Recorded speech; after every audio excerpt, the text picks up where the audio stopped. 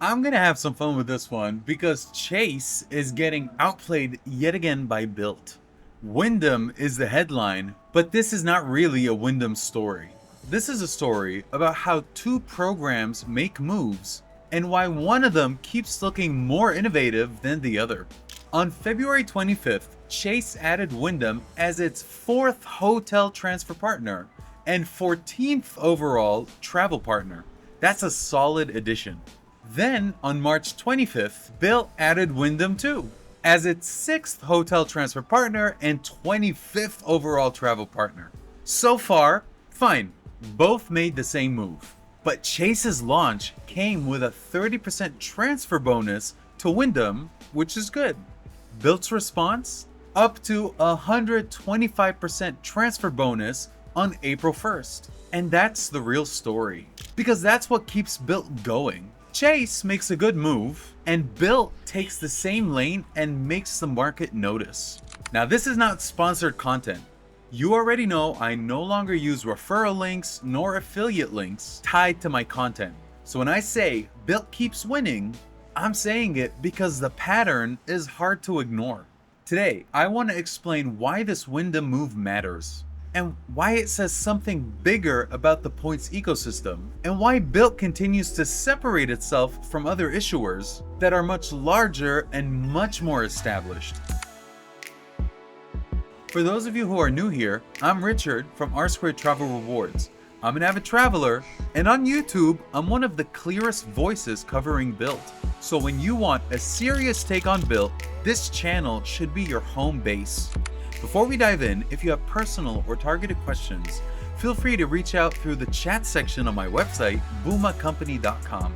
R2 channel members always get priority, and since I stopped using credit card referral and affiliate links on January 1st, 2026, your support through likes, subscriptions, and memberships for just $1 genuinely matters.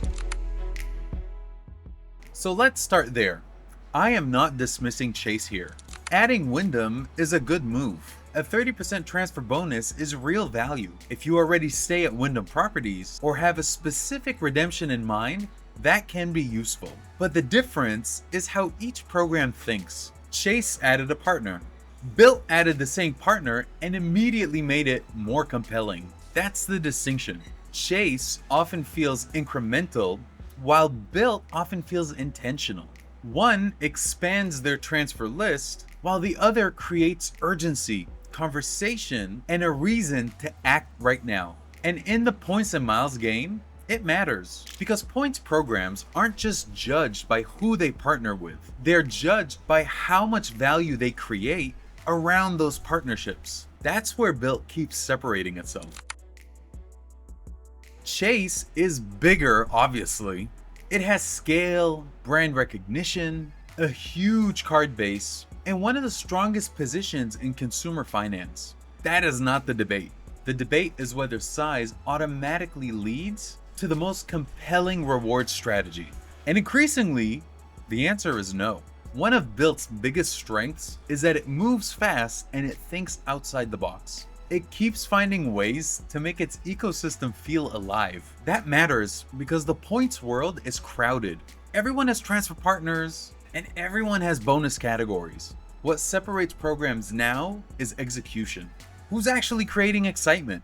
Who's giving people a reason to engage? Who's making points feel more valuable in practice? Bilt keeps answering those questions well. Now let's talk about Wyndham specifically. This is not a hotel program that I personally put in the aspirational luxury tier. You all know my taste. I prefer a more elevated hotel experience. But that doesn't mean that Wyndham lacks value. For families traveling to Mexico, the Caribbean, and the Bahamas, Wyndham makes a ton of sense. There are also useful properties in Europe, the Arab world, and Asia. And Asia is where I think Wyndham can be more interesting, because that's sometimes where you get the stronger value relative to the points required. So no, I'm not saying that Wyndham suddenly became a top-tier hotel for everyone. What I'm saying is that Bilt took a partner that might have felt merely useful and made it relevant enough to reconsider. A 125% transfer bonus is the kind of move that forces people to pay attention. I have multiple credit card strategies that I like. You all know that. I think carefully about where I put my spend. I think carefully about which currencies I want to accumulate. And I don't say things like this lightly, but Bilt keeps pulling me back into the conversation. Because every time I put spend on a non-Bilt card, I question whether that was actually the best move. That's real power. Bilt makes experienced cardholders question their moves. If experienced point users keep reevaluating their own behavior because of what Bilt is doing, then Bilt is definitely doing something right. Now, Bilt has taken criticism recently, especially after the Bilt 2.0 launch. That's fine. Every fast-moving program gets scrutinized. But if you zoom out and look at the broader pattern, Bilt is not fading. It keeps expanding, innovating, and making its ecosystem more attractive to travelers. So here's the verdict. Chase made a smart move. Bilt made the better move, and that's become the pattern. Even without the scale of Chase, Bilt continues to show that it knows how to generate attention, create urgency, and deliver outsized value.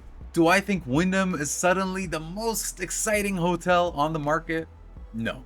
Do I think this is another example of Bilt understanding how to keep its ecosystem relevant, competitive, and hard to ignore? Absolutely yes. I want all my subscribers to keep winning. And as always, use the perks, exploit the banks responsibly, transfer with purpose, and never pay a cent of interest. Now, I want to hear from you. Will you be taking advantage of the April 1st transfer bonus to Wyndham? Do you think Bilt is actually outplaying Chase right now, or is Chase still the stronger overall ecosystem? And where would you personally get more value from Wyndham points? Mexico, the Caribbean, the Bahamas, or somewhere else? If you want to support independent, non-affiliate credit card content directly, becoming a member is the best way to do so. As always, take care and be good to each other.